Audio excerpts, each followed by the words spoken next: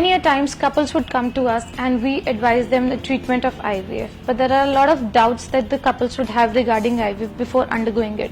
And this, because of the doubts, because they are not able to clear them with any of the doctors, they look around for opinions and multiple opinions, get confused and waste a lot of time in deciding upon the IVF.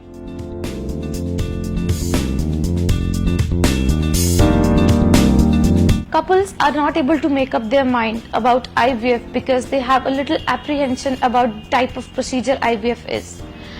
Many a times they would ask me that it's a very complicated procedure and it's quite painful, that we have heard. Herein I would like to clarify this doubt. IVF may be a complicated procedure for a layman, but then the complexities of IVF need not be really understood by everyone. All that needs to be done in the simple language is that the medications in form of injections are to be taken on daily basis for 10 to 12 days for the process of egg formation, which probably is not happening normally inside the female body, and that is why these injections are required. The second step that requires retrieval of the egg from the female body is done under anesthesia. So it may sound a little complicated, but then since it is done under anesthesia, it is not painful at all.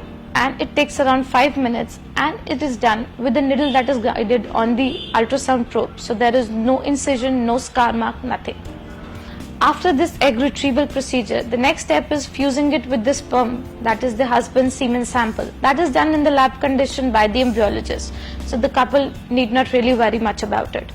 The fourth and the final step, wherein the embryo that is formed, that is grown in the incubator in the lab condition, is taken out and is transferred inside the womb of the female body. This is a very simple procedure done without anesthesia, not at all painful, as comfortable as a pelvic examination of a female, or maybe as comfortable as an ultrasound that is done all throughout the IVF cycle.